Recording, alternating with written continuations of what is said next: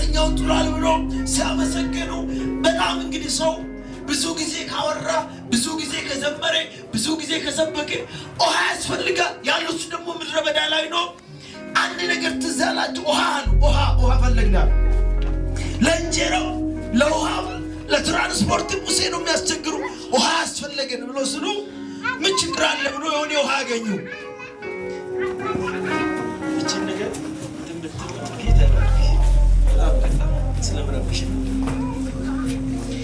ውሃ አስፈላጊ ስለሆነ ውሃ ፈለጉ። ውሃ ተገኘ። ቦታ ያሉበት ቦታ አሁን ይሄ ሰፈር ድሬ እንደምባል ማራ የምባልበት ቦታ ነው ያረፉት። እዛ ቦታ ላይ ምንጭ ተገኘ። ምን ችግር አለ? ውሃ አለ ብሎ ያንን ውሃ ሊጠጡ ሰው ሁሉ ደስ ብሏቸው ሊቀዱ ሲሄዱ ውሃ ግን የሚጠጣ አይደለም። ውሃው መረራ ነው። በሳይንስ የተማራችሁ ሰዎች ውሃ ከለርም የለም ጣዕምም የለም። ሁለትሽን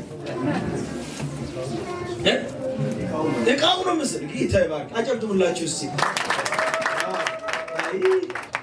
እዚህ ሰፈር መጨብጨብ የማይችሉ አጠገቤ ላለ ሰው አጨብጭበሉ። እሳቸው ብቻ ነው አሁን የተሰማኛል። አጨብጭቡ።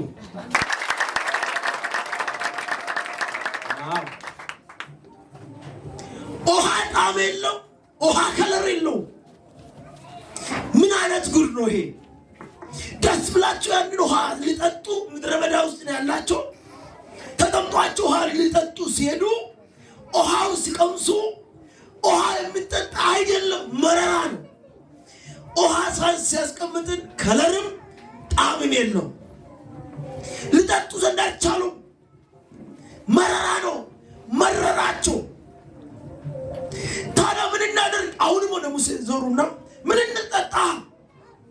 ከግብፅ ለምን አወጣን? ለምን እንደዚህ አደረግን? አዎ ቸርች ውስጥ እንደዚህ ነው የሚያደርጉን። አንድ ነገር ሲፈጠር እኔ ጋር ነው ዱላ የሚመጣ መጀመሪያ። እንደዛ ነው የሚሆን። ምን ነው ከግብፅ ባንወጣ ምን እንጠጣ? ምን እናደርግ? የእግዚአብሔርን ቸርነት የትላንትና በጎነት ረሱና አሁን ሙሴ ላይ ማጉረምረም ጀመሩ። ሙሴ ምንድነው ጌታ ሆይ አሁን ሰለቸኝ ያክል ወደ እግዚአብሔር ዞራለና ምነው እግዚአብሔር ሆይ ምነው ይሄስ አልበዛም አይነት ንግግር ወደ እግዚአብሔር ስናገር እናያለን።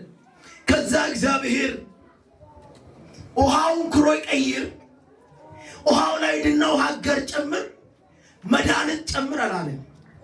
ያሉት ምድረ በዳ ነው፣ ጫካ አለ። እግዚአብሔር ሙሴን አንድ ቅጠል አሳየ። ያንን ቅጠል ቁረጥና ጨምርበት፣ ውሃ ይፈወሳል። አሜን አሜን አሜን አሜን። አሁን የሆነ ነገር ልናገር ነው። አሜን። ዘንድሮ የመረራችሁ ነገር ተገለበጠ። አሜን። ወሃዲናማ መረራ ነገር ጣፍጣል ብዬ ነው ሪሴ ያስኩት። አሜን። ኢየሱስ አገልግሎት መረረ ሰው ከዚህም በኋላ ጣፍጣል። አሜን። ትዳር የመረረሽ ሴት ዛሬ ከዚህም በኋላ በኢየሱስ